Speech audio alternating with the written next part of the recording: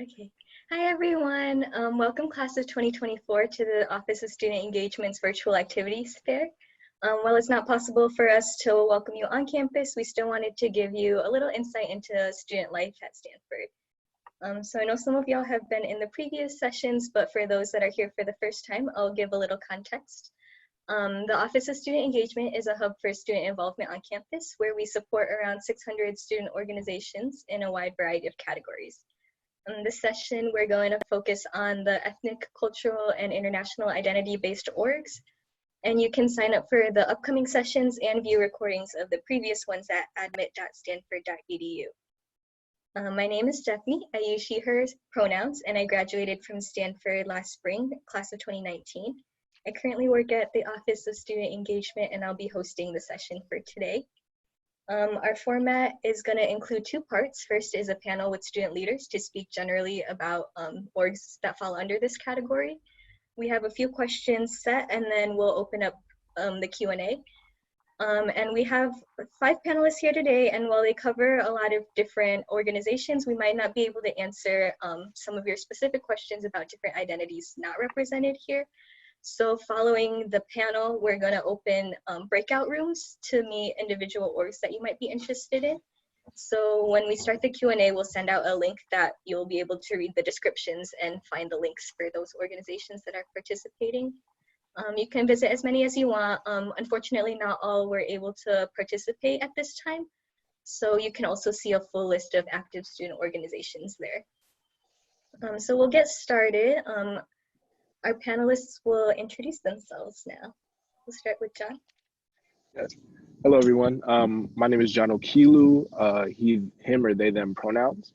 I'm a junior, class of 2021, and I'm here representing Black Student Union as a member of the Political Action Committee, the Stanford African Students Association as part of the Community Engagement Committee, and then I'm co-president of the Nigerian Students Association. Hi, everyone. My name's Yasmin. I am she, her pronouns. I am president of the Arab Student Association at Stanford. I'm a senior, class of 2020.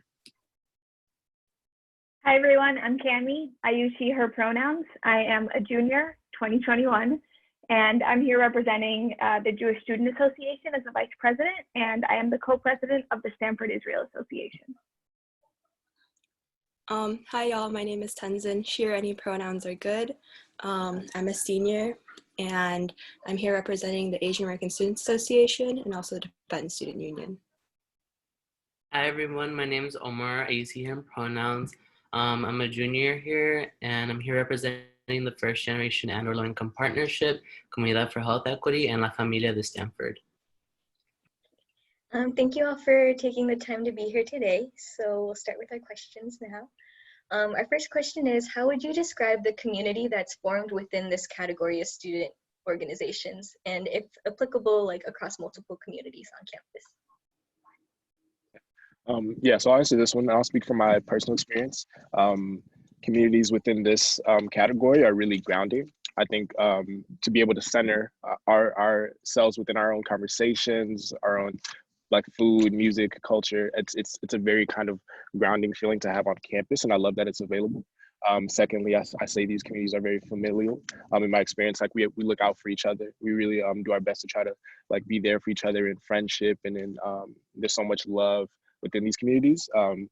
Specifically, like a few of my communities, like for instance BSU, we're always about advocating for ourselves and for everyone else, and so we have a culture of like activism and advocacy, but this is common across BSU, the African Students Association, the East African Students Association, the Caribbean Students Association.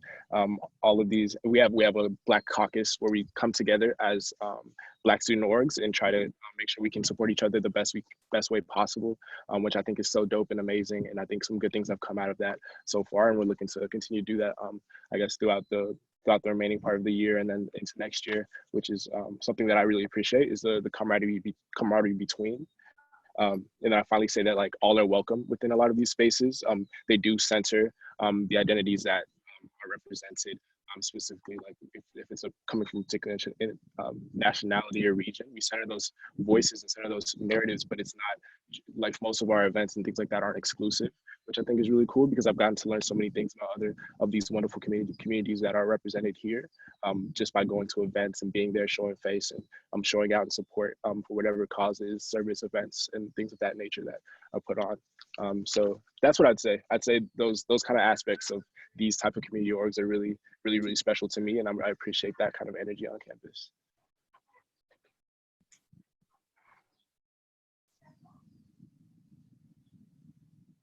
Sorry, I muted. So our next question is, how do your groups work with community centers and other departments or offices on campus? I can speak to that one. So the Arab Student Association works very, very heavily with the Markaz, which is the resource center for engagement with cultures and people of the Muslim world. It's in the Nidery at Stanford. And we work with them for like financial support. Anytime we need to talk to administration or anything, we like get advice from them and like go about all of our like business like in close communication. We also like host events with them. We had a teach-in for the revolution that happened in Lebanon earlier this year. And like, of course, all communities, all organizations, everyone is welcome to these events. These centers are very inclusive and provide like a support system for the clubs and organizations that belong to them and for others. And there are many other community organizations on campus and in the administration that are available for advice and support for clubs like ours, which others can probably speak to as well in the Q&A. Thank you. And then our next question is, what are some fun events or programs that your organizations put on? I can answer this one. So John touched on this a little bit, but I think a lot of the times when you leave home and you enter a completely new environment, sometimes you feel a lack of the community and a lack of the traditions that you felt at home. And something that I love about these cultural and ethnic organizations is that we try to foster that same sense of community and family that you feel back home here with a new family and a new community with your peers and your classmates and your friends. So all the time, there's tons of independence holiday events happening on campus with tons of free food, tons of free shirts, anything that you can imagine, music. So not only can you celebrate your own culture, but you can celebrate others as well and learn about everything about where people came from and everyone's backgrounds. More specifically, I can speak about SIA, so Stanford Israel Association.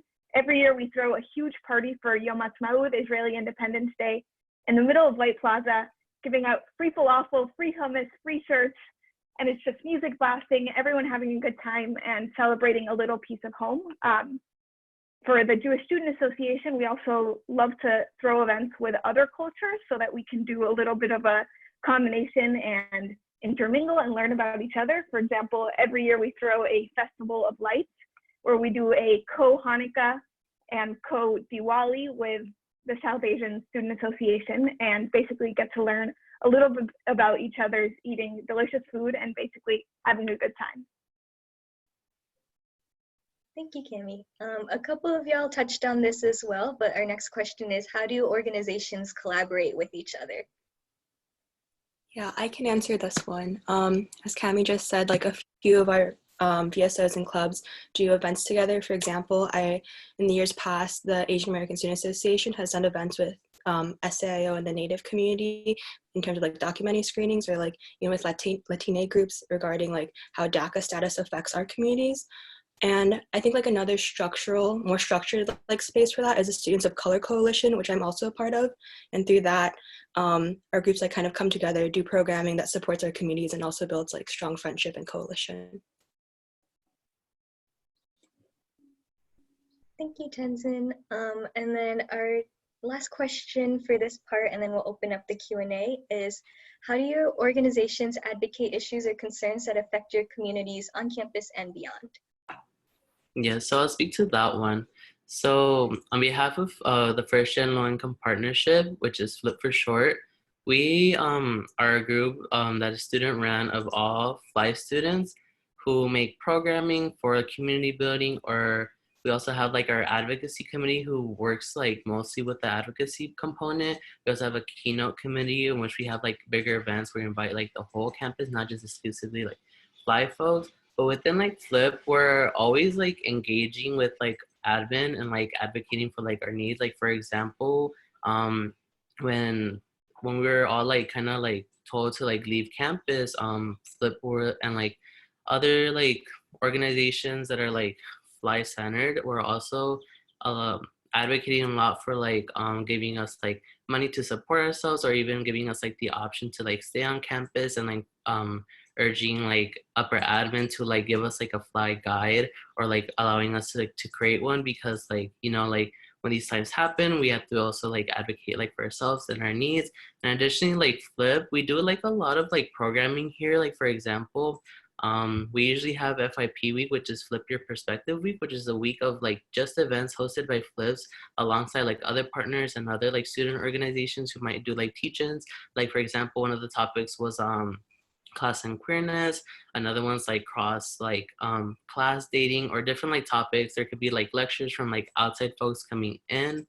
Um, and also we're very close with the fly office. Fly also, if you guys don't know, it stands for first gen and or low income. There's a lot of acronyms, but pay attention to like the fly and the flip ones too, because they're different. Flip is the organization and fly is the identity of being first gen and low income.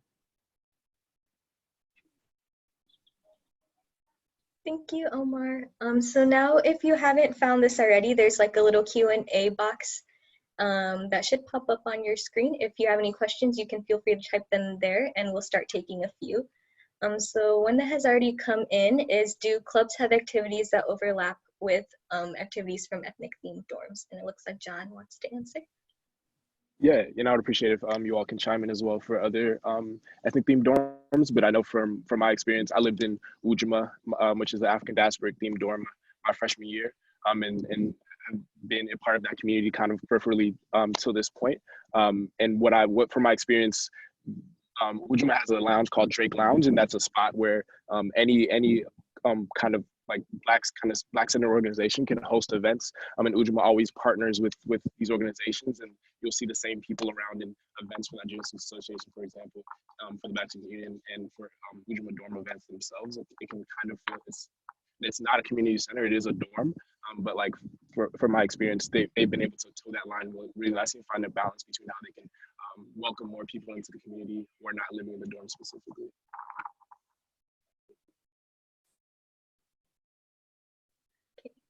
Thank you. And then we have a question about campus in the fall. There will be another activities fair happening in the fall. Ideally, we'll be back in person by then, but if not, we'll figure out another way to do it, maybe similar to this or something else. But there will be another opportunity after you accept your admissions and start here in the fall.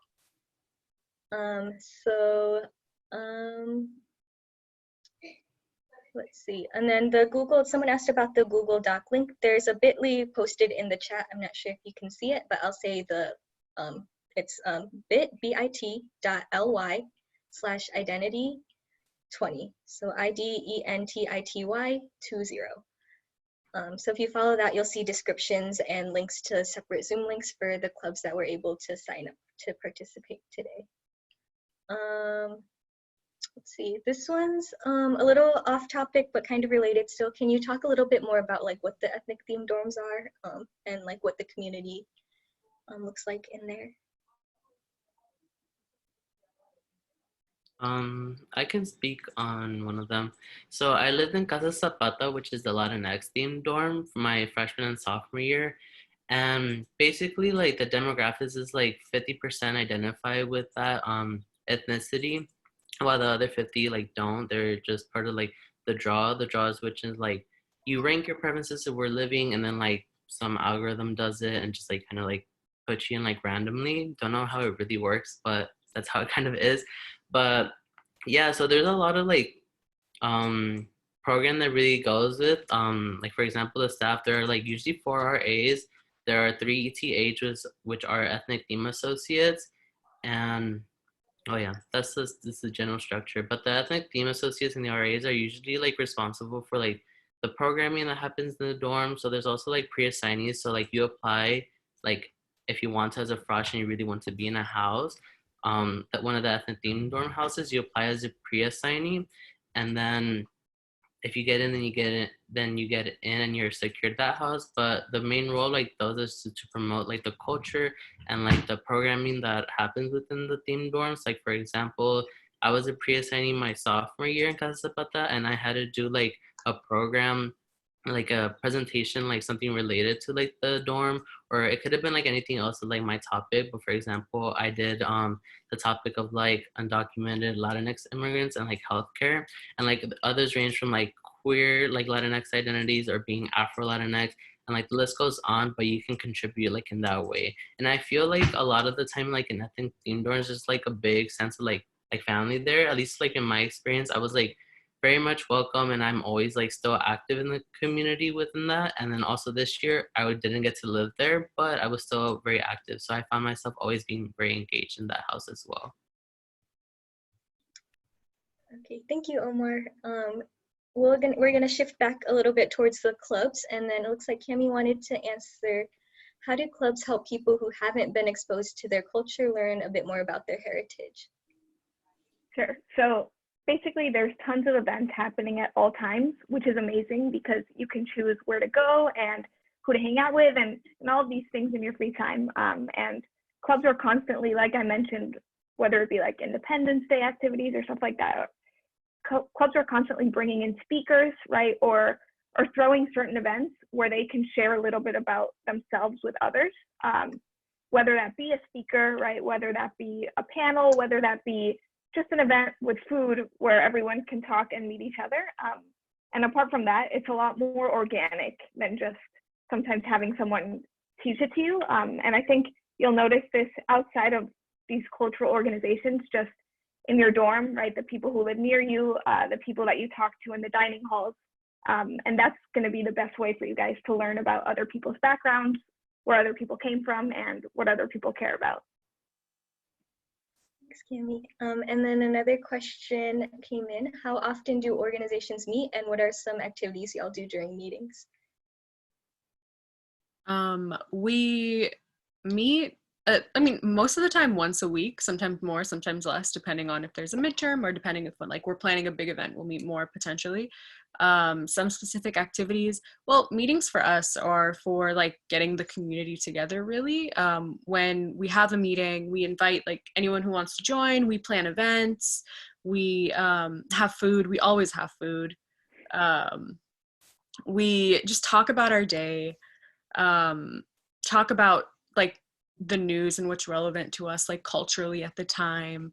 And like I said, like most of the time we're planning events so that we can get like the broader community together to do what Cami like said, like to help people like explore their heritage and to like see what we're really about. Thank you. Let's see what else we have here. There's a question asking about the differences between living either in an ethnic themed dorm or participating in student orgs. Can you talk about different ways that people can get involved, whether or not they decide to join a student organization? Yeah, of course. I think from my perspective, you can always if you're not like you don't have the necessary time to commit or you want to explore the things, there's a lot of things to chew on. I think at Stanford there's a lot of communities to be a part of, a lot of communities contribute to. So if you're not like for instance on the Nigerian Student Association like executive board, you can still participate in helping out with like volunteering for the events that we put on. We'll have meetings and then we'll have community gatherings, and those community gathering spaces are a great time to spend time with the community. And we'll always, again, like Yasmin said, we'll always have food and things like that to offer, and music, and it's again a lot of family time. And throughout your 4 years, maybe if you want to spend a 1 year on exec board for one of these organizations, that's always a great way to kind of contribute and give back. But like I said, we're always holding space, and I think we've all kind of echoed that within our own organizations. We're always holding space, and it's available if you would like to participate. Something else that I would like to add that I forgot to say is that like when you're ranking like your dorms, like if fall happens and we're allowed to come back and you don't get the one that you want, if it was ethnic themed dorm house, don't think of it as like a rejection, because it's really not. It's not like you're like rejected from being in this community. It's literally like a computer of some sort, like literally putting people in. Like although they do take like your preferences in, like sometimes oftentimes like people don't get in and get like the perceptions like, oh, I was rejected from this house, when like that's totally not the case. You can still, like John said, be active like in these houses or organizations that you choose to be in. Thank you. And then I'll do one more question. Oh, John wanted to say one more thing.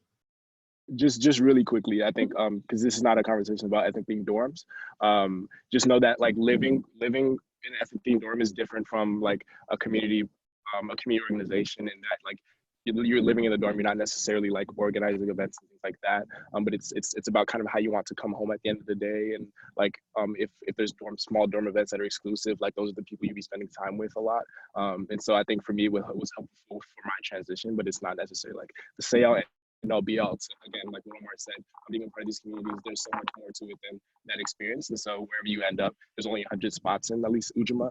So there's a ton of more ways to give to be in those places. Thank you. And then we'll take one last question, and then after that we'll wrap up here, and then y'all can disperse to your separate sessions. So how do you all as student organizations make sure your needs and requests are heard in the community and for administration, and do you feel like you are listened to?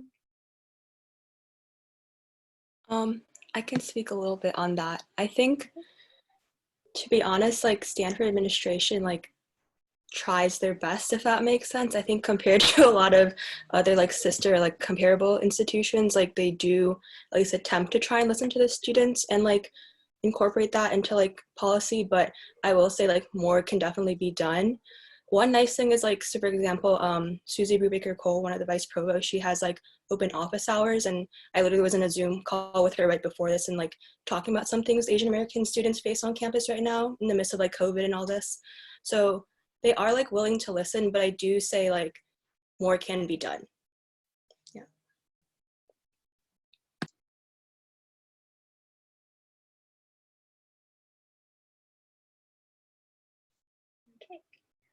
So thank you all for your time here. So the Q&A, or not the Q&A, the link is out for the docs. I just wanted to make sure to note one more thing. On Sunday for Admit Weekend, there's going to be a series of events with the community centers and other departments on campus. So you can meet staff and other students as well that are going to be part of building these communities for y'all. So you can find information about that at admit.stanford.edu as well. So thank you all for coming. You will stay for a little bit if you have more questions here, or you can disperse into your separate groups.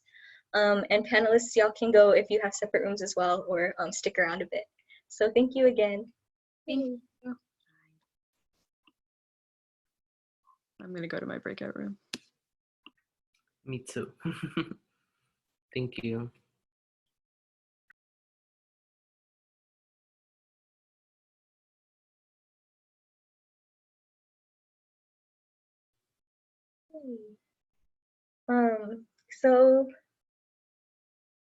There is still a few questions about ethnic themed dorms, and although it's not the focus of this event, if anyone wants to give a little bit more insight into that, y'all can talk a little bit about that. I can give I was not in an ethnic themed dorm. I was born in Argentina, right? So I have a lot of Latino heritage. So I was debating, do I join Zapata? Do I not? And I can tell you that I was not in an ethnic themed dorm, but I loved my experience freshman year, and I loved getting to interact with people from all different countries and all different ethnicities within my freshman dorm, 4-class dorm. And I feel that I learned a lot from that also, and I was able to join the communities that I wanted to, even though I didn't necessarily live within that ethnic themed dorm. So whatever you decide, or whatever you end up getting put into, don't freak out. I promise it will all be okay, and you will be able to pave your way and be happy with the way that you paved, no matter what ends up happening. And I just want to echo and amplify like what Cami said.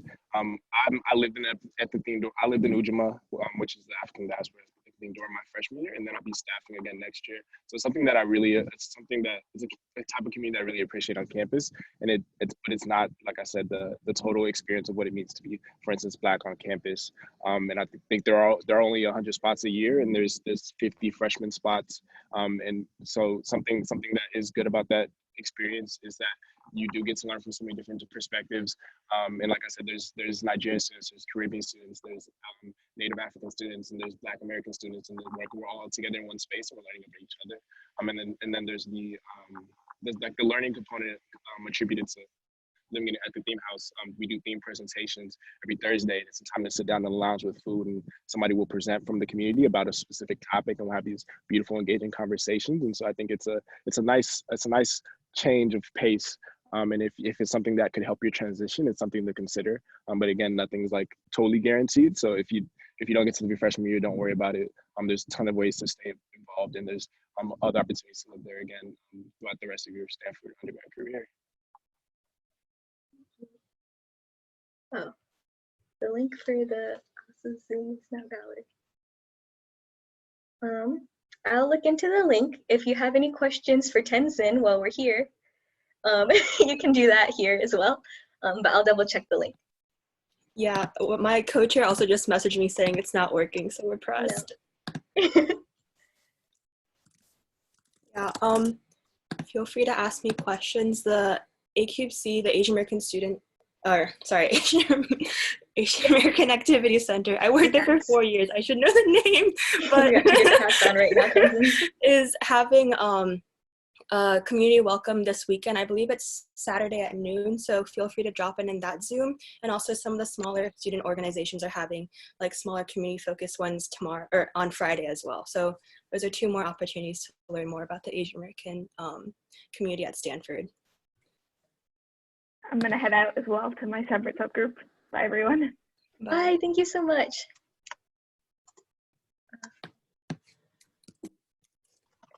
Sorry, I'm figuring out this link thing. Good. No, Emily and like people in the ASA group chat were just like messaging me, and I was like, Here, this is a staff member in the Office of Student Engagement. Can y'all talk a little bit about time commitment and what you feel like, how you prioritize time with academics, time for these organizations, and time for community, and how those overlap?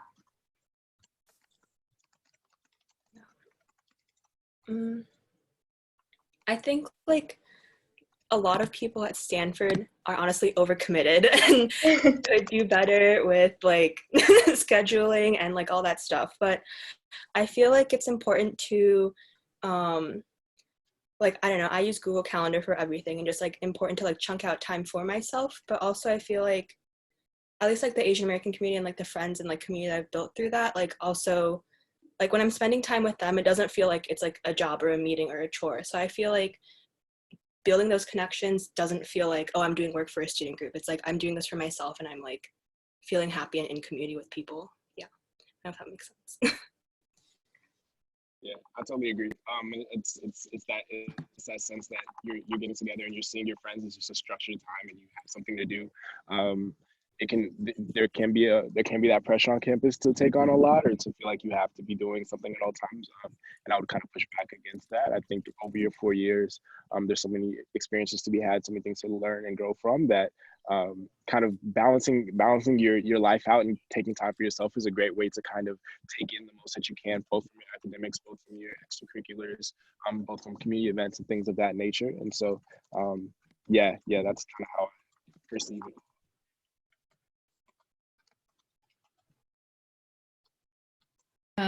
Tenzin, do you want to use some time to answer about the Asian American community, since we are having some technical difficulties? Yeah, we're working on the link, but yeah, feel free to answer some of those. Emily just sent me a new link, so hopefully this works. Let's see. Yeah, so here, I'll answer. This is Ankita. I work in the office. So how strong is the Asian American community in the club? Is it big? Do people feel like they know each other? Yeah, so ASA, the Asian American Student Association, like our core is like roughly 20 people, and half of that is like freshmen or incoming students because we want to build like a community for like these new students as they transition in. And ASA is actually an umbrella group, so we're home to about roughly 20 Asian American related like interest groups and VSOs. And so there's a lot of like community building like within like the Pan-Asian area, but also like within these specific Asian American interest like communities as well, if that makes sense. Do you want to talk about the how the umbrella thing works? With you can use like TSU as an example. Yeah, so I'm also past 2 years as co-president of the Tibetan Student Union, and so with that, it's like one of the orgs underneath the ASA umbrella. And so basically, what that means is like we communicate with ASA like leadership and the other organizations, and like also work with them to do funding and put on events and to make sure like all the communities are like properly supported and like connected to one another. Okay, I updated the link. I hope it works. Okay. I'm sorry. No worries. And then we also had a question previously. I know Ankita answered about starting a new org. So there is a huge variety of communities on Stanford's campus, but there may or may not be a student org dedicated to it. There doesn't necessarily mean that that community doesn't exist. So there's different opportunities to find people with your similar backgrounds and identities. And if you wanted to pull together a group to become an official student organization, the Office of Student Engagement will help with that and things like that. So I think part of the difference is you're able to get funding to host events. You're able to reserve more different spaces on campus and things like that. But there may be smaller communities of students that aren't necessarily organized formally like this.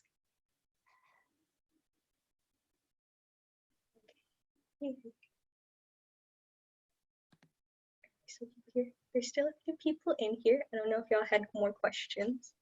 Ooh, best event on campus? Either one that you've hosted or one that you've attended?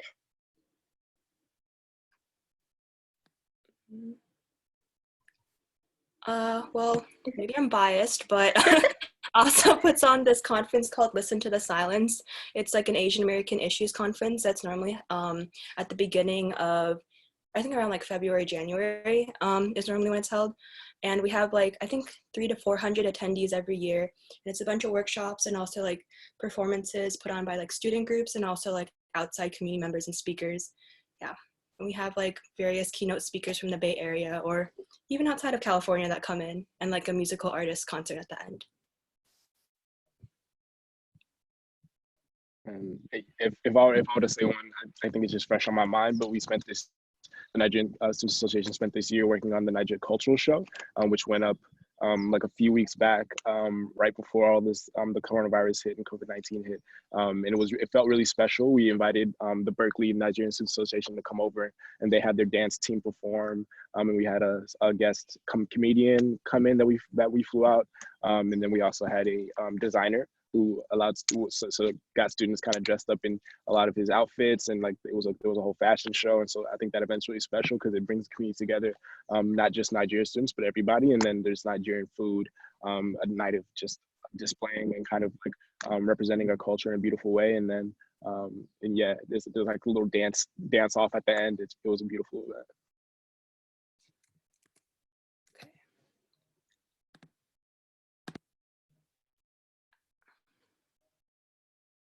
I think the new Zoom for ASA works now. So is it all right if I like hop into that call instead? Yeah, okay, awesome. Thank you all so much. Thanks, Tenzin. Yeah, so the link for the subgroups I just sent again in the chat, they should be available right now. And then the groups that are available are ones that signed up to participate. So they had members that were able to participate at this time. So those are open, and then there's also a list linked in there of all of the active VSOs currently. So if you don't see one that you're interested in there might be one on that list, potentially. Okay. I think there's,